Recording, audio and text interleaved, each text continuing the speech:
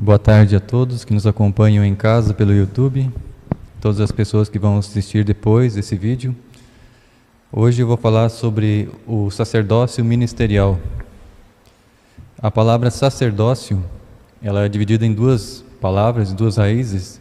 A primeira parte, sacerdos, significa sagrado. A segunda parte, otis, significa apresentação.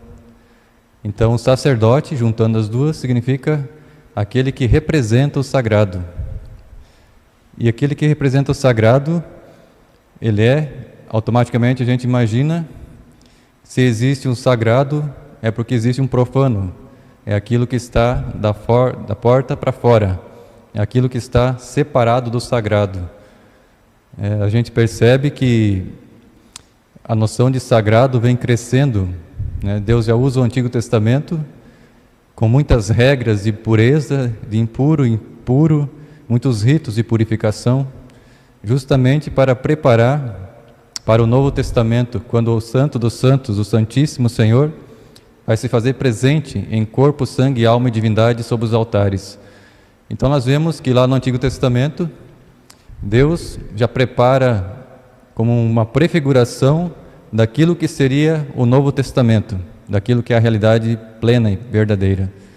Nós vemos que lá no início da Bíblia, quando nós vemos o relato do Gênesis, em que Adão está no paraíso, ele já recebe infusamente de Deus aquelas três características que todos nós cristãos temos. Ele é sacerdote, ele é profeta e ele é rei. O sacerdócio, então, de Adão, antes do pecado original, era um sacerdócio pleno, perfeito. Ele estava em plena comunhão, em união com Deus, com o Pai, Filho e o Espírito Santo. Quando Deus pede a Adão para realizar a sua função sacerdotal, ele terá que fazer um sacrifício. Então, a forma em que Adão oferece o seu sacrifício como sacerdote é sacrificar a sua vontade, o seu livre-arbítrio, através da obediência. Quando Deus dá todas as coisas para Adão, toda a criação estava disponível a Adão e a Eva. O que Deus exige de Adão é simplesmente a obediência de um simples preceito: não comer do fruto da árvore do bem e do mal. De toda a criação, apenas uma proibição, para distinguir aquele que é perfeito e infinito, e que tem plena liberdade, que é Deus. Só Ele tem plena liberdade, porque Ele não tem ninguém acima dEle. Deus não deve satisfação a ninguém superior a Ele, então Ele é perfeito em si mesmo e autônomo, livre. Adão, para que Adão pudesse assumir a sua condição não de Deus, mas de criatura, Deus põe um limite, e esse limite era obedecer essa única regra: não comer do fruto do bem e do mal. Acontece que justamente isso que a serpente, Satanás, oferece a Adão. Você quer ser como Deus? Você não quer ter ninguém acima de você? Você quer fazer tudo o que dá na vontade? Então vá, coma, e você não terá mais superiores, você será Deus como Deus, conhecedor do bem e do mal. Com esse pecado, Adão rompe essa ligação que ele havia com Deus, essa comunhão perfeita que existia entre Deus e a sua criatura. E essa ruptura entre Adão e Deus leva com que Adão perca a uma deficiência na própria natureza humana de Adão, que nós chamamos de queda, a queda do pecado original. É como se a natureza humana de Adão decaísse em uma condição muito inferior. Ele já não tem mais a ciência que ele tinha antes. Ele não só perde a comunhão com Deus de forma mais perfeita, mas ele perde também as funções, a sua inteligência diminui, a sua vontade já não é mais regrada, os seus instintos já se tornam mais violentos, ele perde o controle muitas vezes. Então ocorre uma desordem na natureza humana de Adão. E esse pecado original, essa desordem, ela passa a ser transmitida pela geração dos filhos, de pai para filho. E assim será até a redenção final em Cristo Jesus. O que acontece então com Adão é que ele perde essa perfeita ligação, essa religião, essa religação perfeita com Deus só vai voltar a acontecer com Jesus Cristo. Nós vemos que já no Antigo Testamento, Abraão, ele tem que oferecer um sacrifício, e aparece nesse momento o sacerdote Melquisedeque, que é o sacerdote eterno, o modelo perfeito do sacerdote. Abraão, que é o pai de todo o povo de Israel, ele oferece então o dízimo a Melquisedeque e oferece também o sacrifício, a oferta. Melquisedeque é a prefiguração do verdadeiro sacerdote, que é Jesus Cristo. Entretanto, no Antigo Testamento, Deus escolhendo Abraão, fazendo a promessa a Abraão dele construir uma grande nação, tão numerosa como as estrelas do céu e a areia do mar. De Abraão surge Isaque, e de Isaque Jacó. E Jacó gerou 12 filhos. Desses 12 filhos, que são as tribos de Israel, as 12 tribos, uma delas, apenas uma delas, é uma tribo que foi consagrada por Deus a partir do momento que eles saem do Egito, da escravidão.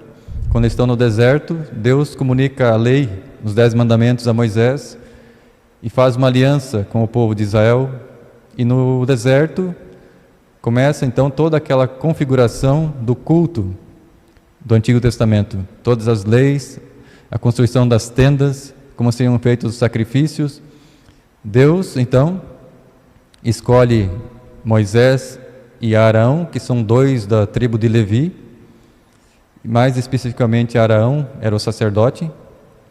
Então nós vemos que de 12 filhos de Israel, só um foi designado para ser sacerdote. E mesmo assim, os filhos da linhagem de Arão se tornaram os sacerdotes que fariam os sacrifícios no templo, os sumos sacerdotes. Nós vemos então que a questão do sacerdócio no Antigo Testamento, que tentariam fazer essa nova religação do homem com Deus, ela se dá de uma questão sanguínea. É como se alguém da tua família, a tua geração, aqueles que nascessem da tua família, fossem sacerdotes, enquanto que a dos outros não seriam. Ninguém teria chance de ser sacerdote se não fosse pertencente à tribo de Levi. E, no entanto, nós sabemos que Jesus, ele nasceu da tribo de Judá, que é a tribo de Davi, que é a tribo do rei Davi, que é a questão real. Então Jesus, ele é o rei. Mas então como entra a questão do sacerdócio em Cristo? Nós vamos ver que no Antigo Testamento ocorriam, para que ocorresse então o sacrifício e houvesse a tentativa de religação do homem com Deus, da expiação do pecado, o sacerdote oferecia ou um bezerro, ou um carneiro, ou uma pomba, e esse animal era sacrificado, e eles tiravam todo o sangue e despejavam sobre o altar, de modo que a carne ficasse totalmente sem sangue e separada do corpo da vítima.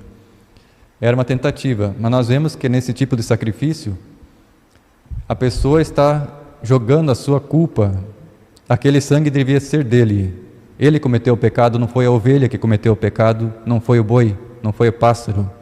No entanto, nós vemos que o Antigo Testamento é uma preparação para o verdadeiro sacrifício redentor de Cristo. Então, quando ali nós vemos a separação do sangue da carne, e a pessoa delegando a um ser inferior, a culpa, pagando a pena por ele está delegando alguém para pagar a sua pena em seu lugar. Nós também, essa realidade acontece conosco também no Novo Testamento, quando Cristo, ele é esse nosso representante, essa vítima. Ele não fomos nós que fomos crucificados na cruz, mas foi o próprio Cordeiro de Deus que se imolou em nosso lugar. Também não é uma oferta, como vamos dizer, totalmente perfeita de nossa parte, porque nós não nos sacrificamos na cruz, foi o próprio Cristo que fez isso. Só que nós percebemos que ele fez isso de uma forma tão perfeita e plena, que jamais poderá ocorrer outro sacrifício mais perfeito que o de Jesus Cristo. O que acontece? Quando nós vemos então, essa semana a gente celebrou a festa da Anunciação à Nossa Senhora, em que o anjo Gabriel visita Maria, e nessa visita ocorre o anúncio do arcanjo Gabriel, e Nossa Senhora aceita. E o Verbo de Deus, Jesus, que é Deus com o Pai e o Espírito Santo, possui a mesma natureza de Deus, possui todos os atributos divinos, poder, onisciência, sabedoria, todas as coisas que o Pai tem, Jesus tem também. E esse Verbo, essa segunda pessoa da Trindade, ele assume a natureza humana no ventre de Maria. Naquele instante, aquele que é 100% Deus, perfeitamente Deus, assume a natureza humana, perfeitamente humano, 100% humano.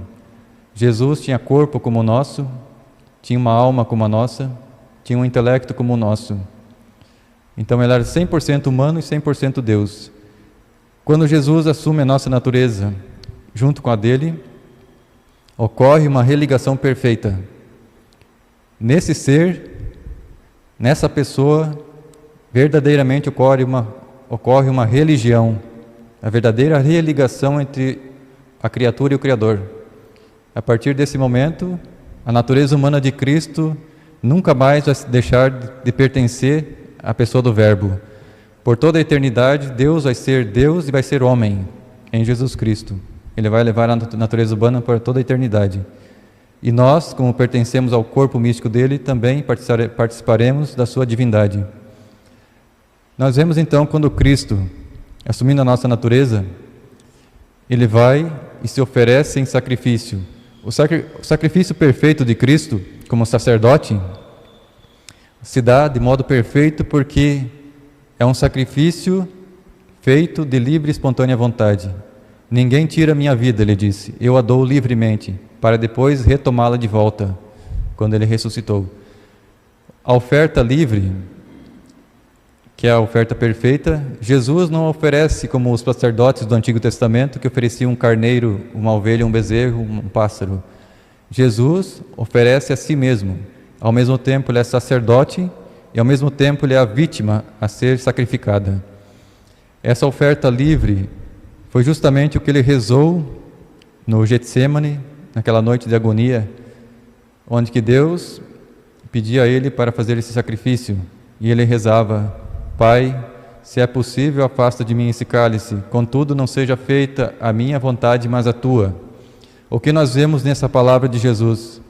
A obediência perfeita do Verbo divino, esse sacrifício perfeito a Deus Pai, que não ocorreu em Adão no paraíso, quando Adão renunciou a essa obediência e quis ser como Deus, ele renunciou à sua condição de criatura, enquanto que Deus assume nossa condição de criatura e obedece ao Pai em nosso lugar. Essa redenção perfeita de Cristo como sacerdote e vítima, que se oferece e que é oferecido, se torna um sacrifício perfeito por causa da dignidade da vítima e do sacerdote. Conforme o tamanho e a grandeza da pessoa, é a sua dignidade. A dignidade de uma pessoa tem sua graduação de acordo com o cargo e função que a pessoa desempenha, enquanto que a dignidade de uma pessoa divina é infinita. E só uma pessoa infinita poderia suprir uma pena, um agravo de um pecado que é contra uma pessoa infinita. Deus é infinito em dignidade. Um pecado que ofende a Deus é um pecado de ofensa infinita. Não há criatura no mundo que possa reparar esse pecado. Entretanto, como o próprio Deus se encarnou, Ele sim poderia suprir e justificar, porque Deus é misericórdia, mas também é justiça. E quando Ele faz isso, Ele quer suprir a sua condição de justiça. Ele não pode negar-se a si mesmo, porque Ele é sempre verdade, sim. Então nós vemos que o sacerdócio de Cristo se dá perfeitamente em Jesus.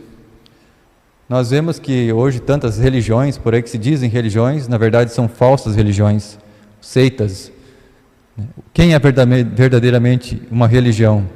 A pessoa do Verbo divino. Ele é o único que conseguiu resgatar, religar o ser humano com Deus. Não foi Buda, não foi Maomé, não é o Espiritismo com as suas potências psíquicas, sua autopurificação, a sua evolução espiritual, que vai alcançar o paraíso, o retorno da comunhão perfeita com Deus. Só Cristo é a verdadeira religião, a única religião verdadeira, e que se expressa de modo pleno e verdadeiro na Santa Igreja Católica. Então nós vemos que também, apesar de ser Cristo, como diz São Paulo na primeira carta a Timóteo, no capítulo 2, versículo 5, São Paulo vai dizer assim, que há um só Deus e um só mediador entre Deus e os homens, que é Jesus Cristo. Então ele está dizendo que o único que conseguiu abrir o paraíso de novo ao ser humano, desde Adão a todos que estavam no limbo, foi Jesus Cristo. Só Jesus abriu as portas do paraíso. E o mesmo Jesus já disse várias vezes no Evangelho, se vocês não acreditarem que eu sou Deus, vocês vão morrer nos vossos pecados, e ninguém vai ao Pai se não for por mim. Não tem outros caminhos, Ele é o único caminho, é a verdade e a vida. Então nós vemos que as falsas religiões tentam iludir, não sei se por boa intenção ou má intenção, mas a nossa missão enquanto católicos e cristãos é cumprir a missão de Cristo. Ele poderia ter feito tudo sozinho, mas nós percebemos que o modo de proceder de Deus não muda.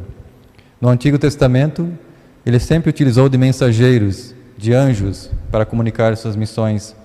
Ele sempre se utilizou de pessoas. Ele assumiu um povo, Abraão, Isaac, Jacó, Israel. Ele assumiu sacerdotes, ele constituiu um culto, um sacrifício. Toda uma estrutura cultural e espiritual foi montada pelo próprio Deus, revelado no Antigo Testamento, preparando para a encarnação do seu Filho. E seu Filho não mudou o proceder do Pai. Nós vemos que depois da nova aliança, que é a aliança perfeita e definitiva em Cristo, Ele escolhe também o seu novo povo. Ele escolhe os 12 apóstolos. Depois de uma noite de oração, Ele sobe ao monte e Deus, Jesus, chama a si aqueles que Ele quis. Não foi você que me escolheu, Ele disse no Evangelho de João, capítulo 15, fala, não foi você que me escolheu, mas fui eu que vos escolhi. Hoje em dia se diz que o ser humano escolhe a sua vocação, se dá muita liberdade, mas nós sabemos por revelações divinas, e o próprio Jesus fala no Evangelho, fui eu que vos escolhi, não foi você que me escolheu. Nós vemos isso num testemunho do Padre Pio, contando o caso que aconteceu com uma senhora que foi se confessar com ele em São Giovanni Rotondo. Essa senhora se ajoelhou no confessionário, o Padre Pio ficou diante dela e Deus concedeu a essa senhora uma visão. Nessa visão, Deus mostrava a praça de São Pedro, no Vaticano, e nessa praça havia um desfile, um cortejo, em que havia um Papa sendo carregado. Nós sabemos que antigamente não existia o Papa móvel. Os Papas eram carregados naquelas padiolas, que várias pessoas carregavam o trono do Papa em desfile.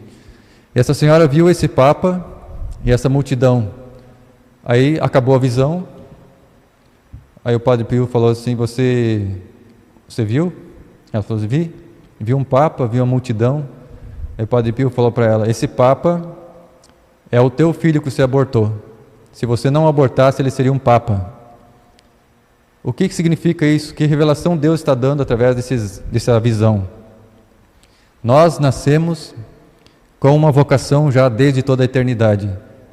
Ninguém escolhe se quer ser pedreiro ou se quer ser padre.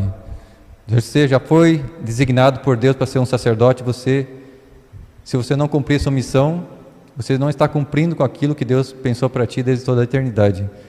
Então a vocação não se cria, como o Senhor se diz na Teologia da Libertação, que a pessoa é escolhida entre o povo, pelo povo e para o povo. Como se o povo, a comunidade escolhesse, esse meio santinho, tem cara de rezador, vamos levar ele para padre. Não é assim que acontece. É Deus quem escolhe, é Jesus quem chama. Não é o clubinho da vovó, do terço, que vai decidir quem é padre ou não. É uma vocação que vem de Deus, é eterna, e se a pessoa é escolhida para ser sacerdote, ela vai ser. Se ela não tem vocação para o sacerdócio, vai acabar causando muito mal para a igreja, quando mau testemunho, muitos escândalos. Então, nós vemos que essa vocação ao sacerdócio, Jesus já escolheu os 12 apóstolos, e que naquela quinta-feira santa, em que Jesus está na ceia com os discípulos, ele realiza então a sua primeira consagração eucarística, a sua missa. A única e verdadeira missa que ocorreu e ocorre no mundo é aquela que Jesus celebrou na quinta-feira santa com os apóstolos. Assim como não há 2 sacrifícios de Cristo na cruz, ocorreu um só, há 2000 anos atrás, também existe só uma missa. O que acontece é que essa missa, porque Deus está acima do tempo e da eternidade, no espaço, Ele faz com que aquela missa, que antes ela se torna atualizada no tempo. É como se em cada celebração da Eucaristia, Jesus se reunisse com os apóstolos aqui, junto de nós, e aquilo que está acontecendo no Calvário acontece agora em cima do altar na missa, enquanto ocorre a transubstanciação do pão e do vinho em carne e sangue de Jesus. Então nós sabemos que a mudança, a transubstanciação, é o próprio Jesus quem tem o poder de transformar, pelo poder de verbo divino que Ele tem, Ele transforma então o pão. A substância do pão deixa de ser pão, apesar de continuar os acidentes, o cheiro do pão, a cor do pão, o gosto do pão, a substância não é mais pão, é a carne de Jesus, é o corpo e sangue de Jesus. Assim como o vinho deixa de ser vinho e se torna sangue. E isso Jesus, Deus, tem confirmado na história da Igreja Católica com muitos milagres eucarísticos, em que a carne, o pão que antes estava consagrado pelo sacerdote católico, vira carne e o vinho se torna sangue. Nós vemos então, quando Jesus entrega a autoridade ao Papa, ao Pedro, no Evangelho de Mateus capítulo 16, versículo 18, Jesus diz assim a Pedro: Tu és Pedro, e sobre esta pedra edificarei a minha igreja. Hoje em dia, nós sabemos que há uma tendência de muitas pessoas dizer que Cristo criou uma igreja espiritual sem estrutura hierárquica, que o Deus quis uma igreja espiritual do Espírito Santo e não criou uma igreja com estrutura visível baseada em pessoas, em instituição humana. No entanto, nós vemos que Jesus escolhe uma pessoa e sobre essa pessoa Ele edifica a sua igreja. E as portas do inferno não prevalecerão contra ela. Eu te darei as chaves do reino dos céus. Tudo que tu ligares na terra será ligado nos céus, e tudo que desligares na terra será desligado nos céus. No Evangelho de João também, capítulo 21, versículo 15 e 17, quando Jesus conversa com Simão Pedro depois da ressurreição na beira do lago, Ele vai falar 2 vezes a Simão Pedro: Simão Pedro, filho de Jonas, você me ama? E Jesus fala: apacenta os meus cordeiros, por 3 vezes. Então nós vemos que Cristo escolheu uma cabeça visível, um Papa, um bispo que está como ponto de referência e unidade entre todos os católicos, os cristãos, os discípulos de Cristo. Também nós vemos que no Novo Testamento, na Sagrada Escritura, na carta aos Hebreus, capítulo 5, versículo 1, vai dizer assim sobre o sacerdócio: todo sacerdote é escolhido entre os homens e constituído a favor dos homens, como mediador nas coisas que dizem respeito a Deus, para oferecer dons e sacrifícios pelos pecados. Então nós vemos que o sacerdote é aquele que faz a religação. Ele é representante de Deus diante dos homens, ele vem como um mensageiro de Deus para os homens, e ao mesmo tempo ele assume a missão de ser um mensageiro dos homens diante de Deus. Ele faz essa ponte, essa ligação. É como uma tomada. Se você tira o plugue, corta a ligação. O sacerdote é esse fio que liga um aparelho até a energia elétrica. Ele faz essa conexão entre Deus e o homem. Também, no Evangelho de João, capítulo 20, versículo 21 a 23, quando Jesus ressuscitou dos mortos e apareceu no cenáculo, ele disse assim: como o Pai me enviou, assim também eu vos envio a vós. Depois dessas palavras, Jesus soprou sobre eles e dizendo: recebei o Espírito Santo. Aqueles a quem perdoardes os pecados, ser-lhe-ão perdoados. Aqueles que a quem os retiverdes, ser-lhe-ão retidos. Nós acabamos de ouvir a palestra do Gleidson falando sobre a confissão. E nesse trecho da Sagrada Escritura do Evangelho de João, nós vemos que Jesus, entregando a autoridade aos apóstolos, aos seus sacerdotes, o poder de perdoar os pecados. Aqueles a quem eles perdoarem, será perdoado. Aqueles a quem não perdoarem, não serão perdoados. Outra heresia moderna é que o homem trata diretamente com Deus sem precisar de intermediários.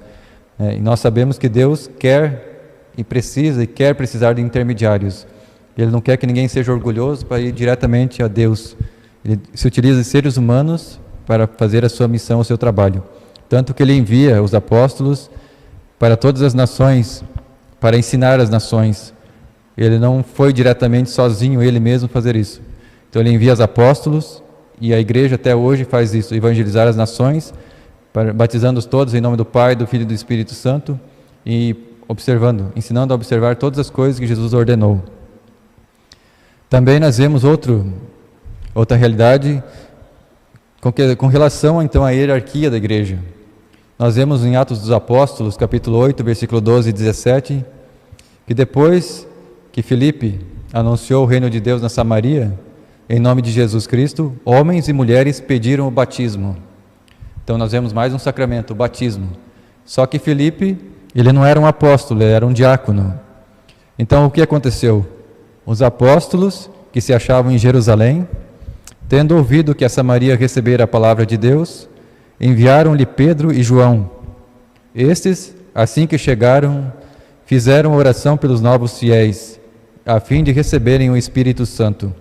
Então eles receberam o batismo e não receberam o Espírito Santo pelo diácono.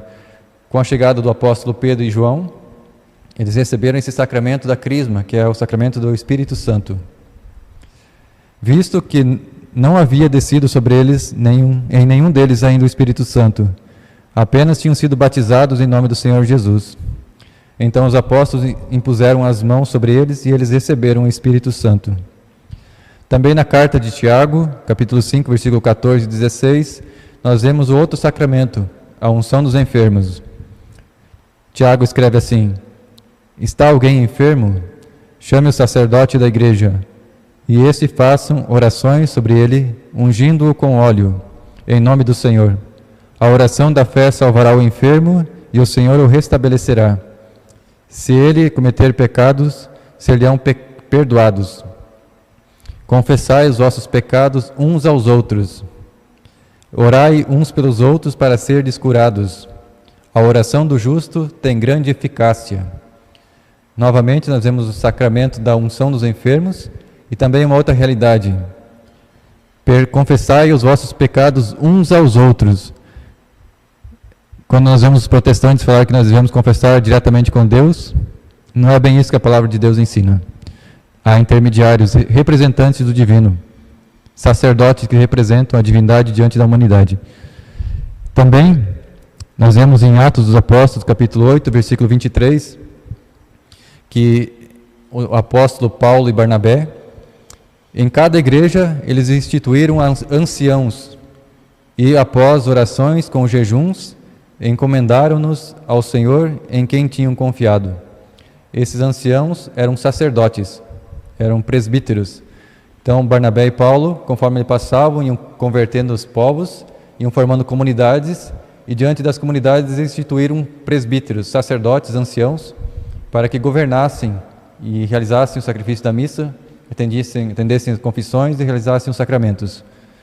Também nós vemos em Atos dos Apóstolos, capítulo 20, versículo 28 a 30, em que eles vão falar assim: cuidai de vós mesmos e todo o rebanho sobre o qual o Espírito Santo vos constituiu bispos, para pastorear a igreja de Deus, que ele adquiriu com seu próprio sangue. Sei que depois da minha partida, diz São Paulo, se introduzirão entre vós lobos cruéis, que não pouparão o rebanho. Mesmo dentre vós surgirão homens que hão de proferir doutrinas perversas, com o intento de arrebatarem após si os discípulos. Nós vemos então o cuidado do apóstolo Paulo, que depois da geração dos apóstolos surgiriam falsos profetas, que levariam à igreja a muitos cismas, grupos separados, muitas seitas. Também, Tito, na sua carta, capítulo 1, versículo 5, ele diz assim: eu te deixei em Creta para acabares de organizar tudo e estabeleceres anciãos em cada cidade, de acordo com as normas que eu te tracei. Então, o apóstolo Paulo, novamente, com Tito, instituindo anciãos para governar as comunidades. Como hoje em dia tem essa doutrina de 1500 anos do ano 1500 para cá, de que só a Sagrada Escritura importa, só a Sagrada Escritura, como nós somos católicos, nós temos tradição, nós temos história de 2000 anos. E na história da Igreja Católica, nós temos vários testemunhos que comprovam que a Igreja Católica é a única Igreja de Jesus Cristo, que possui a única hierarquia, o único sacerdócio real e verdadeiro de Jesus, que foi ordenado por Jesus aos apóstolos, e os apóstolos que repassaram aos seus sucessores esse ministério sacerdotal. Nós temos um exemplo de um padre da Igreja, lá do primeiro século, Santo Inácio de Antioquia, o terceiro bispo de Antioquia, depois de São Pedro. Ele morreu por volta do ano 110 depois de Cristo, então ele conviveu com os apóstolos. Ele vai dizer assim na sua carta aos Efésios: convém caminhar de acordo com o pensamento de vosso bispo, como já o fazeis. Vosso presbitério, de boa reputação e digno de Deus, está unido ao bispo. Então nós vemos aqui já a estrutura que nós temos hoje na Igreja Católica. O bispo, na diocese, e um grupo de presbíteros, que são os sacerdotes. A mesma estrutura de hoje, 2000 anos depois. Nós vemos também aqui Inácio aos Magnésios agora, outra comunidade. Por isso vos peço que estejais dispostos a fazer todas as coisas em concórdia com Deus, sob a presidência do bispo, que ocupa o lugar de Deus, dos presbíteros, que representam o colégio dos apóstolos, e dos diáconos, que são muito caros para mim, aos quais foi confiado o serviço de Jesus Cristo, que antes dos séculos estava junto do Pai e por fim se manifestou. E assim segue. Então nós vemos a estrutura da Igreja Católica, do clero, é uma hierarquia, né, constituída pelo próprio Cristo. Haviam milhares de discípulos no tempo de Jesus, ele escolheu 12. E depois desses 12, escolheram 72, que foram os diáconos. E assim a Igreja, durante 2000 anos, tem ordenado os sacerdotes e bispos para dar continuidade à missão da Igreja nos tempos e no espaço. Na outra carta aos Tralianos, Santo Inácio vai dizer assim: quando vos submeteis ao bispo, como a Jesus Cristo, demonstrais a mim que não viveis segundo os homens, mas segundo Jesus Cristo, que morreu por nós, a fim de que, crendo em sua morte, possais escapar da morte. É necessário, portanto, como já o fazeis, nada realizar sem o bispo, mas também submeter-vos ao presbitério, como aos apóstolos de Jesus Cristo, na esperança na qual nos encontramos em toda a nossa conduta. É preciso também que os diáconos, ministros dos mistérios de Jesus Cristo, agradem a todos e de todos os modos. Fazei-o sem vos encher de orgulho, permanecendo inseparáveis de Jesus Cristo, do bispo e do preceito dos apóstolos. Aquele que está dentro do santuário é puro, mas aquele que está fora do santuário não é puro, ou seja, aquele que age sem o bispo, sem o presbítero e os diáconos, esse não tem consciência pura. Quem tem estrutura, bispo, sacerdote e diácono, verdadeiros, autênticos, na sucessão dos apóstolos, só a Igreja Católica. Agora cada um tira suas conclusões sobre o que acontece hoje no mundo, em todas essas seitas que estão espalhadas pelo mundo. Na carta aos Filadelfienses, Santo Inácio também vai continuar demonstrando essa catolicidade da Igreja desde o princípio. Todos aqueles que são de Deus e de Jesus Cristo, estes estão também com o bispo. Aqueles que, arrependendo-se, vierem para a unidade da Igreja, serão também de Deus, para que sejam vivos segundo Jesus Cristo. Não vos enganeis, meus irmãos. Se alguém segue cismáticos, não herdará o reino de Deus. Se alguém segue cismáticos, não herdará o reino de Deus. Quem é um cismático? Aquele que está fora da Igreja Católica. Não herdará o reino de Deus. Se alguém caminha em conhecimentos estranhos, esse não participa da paixão. Preocupai-vos em participar de uma só Eucaristia. De fato, há uma só carne de nosso Senhor Jesus Cristo, há um só cálice na unidade do seu sangue, um único altar, assim como há um só bispo com o presbitério e os diáconos, meus companheiros de serviço. Desse modo, o que fizerdes, fazei-o segundo Deus. Não façais nada sem o bispo. Guardai vosso corpo como templo de Deus. Amai a união, fugi das divisões. Sede imitadores de Jesus Cristo, como Ele também é do Pai. E assim eu teria mais algumas cartas de Santo Inácio que poderia falar. Só falar mais uma aqui, da Santo Inácio aos Esmirnotas. Ele vai dizer assim: eles, os cismáticos, aqueles que estão fora da Igreja Católica, se afastam da Eucaristia e da oração, porque não professam que a Eucaristia é a carne de nosso Senhor Jesus Cristo, que sofreu por nossos pecados, e que na sua bondade o Pai ressuscitou. Desse modo, aqueles que recusam o dom de Deus morrem nas suas disputas. Onde aparece o bispo, aí está a multidão. Do mesmo modo que onde está Jesus Cristo, aí está a Igreja Católica. Onde aparece o bispo, aí está a multidão. Do mesmo modo que onde está Jesus Cristo, aí está a Igreja Católica. Ano 110, Bispo Santo Inácio de Antioquia. Sem o bispo não é permitido batizar, nem realizar o ágape. Tudo o que ele aprova é também agradável a Deus, para que seja legítimo e válido tudo o que ele se faz. Então, nem batizar é permitido sem a orientação do bispo. Eu acho que nos testemunhos, se nós buscarmos nos padres da igreja, são milhares. Que a igreja nasceu católica, os apóstolos eram católicos e Jesus constituiu eles dessa forma. E a igreja de Jesus é a esposa do Cordeiro. E essa missão sacerdotal, ela está presente unicamente e verdadeiramente só na Igreja Católica. O único sacrifício verdadeiro de Jesus acontece no altar, na Santa Missa, quando o sacerdote consagra o pão e o vinho em carne e sangue de Jesus. É esse o sacrifício que o profeta Daniel já expressava nas suas profecias, que no tempo do anticristo, quando houvesse a supressão do sacrifício perpétuo, esse sacrifício perpétuo que Daniel fala na profecia, não é o sacrifício de carneiros e de bodes e bois que se realiza no templo de Jerusalém de pedra. É o sacrifício do Cordeiro imolado sobre a cruz, que está sempre presente na Igreja Católica e sobre o altar. Então, a partir do momento que for suprimida a Santa Missa pela autoridade eclesiástica e pelos líderes políticos, esses últimos 3 anos e meio começam a tribulação final e o momento da paixão e morte da Santa Igreja Católica, para depois ressuscitar com Cristo na sua vinda gloriosa. Então, a sacerdócio católico é de origem divina, tem a função de encaminhar, alimentar e manter todo o rebanho no caminho da salvação, do estado de graça, que o Gleidson falou bastante.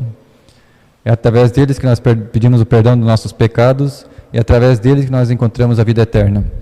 Louvado seja nosso Senhor Jesus Cristo. Para sempre seja louvado.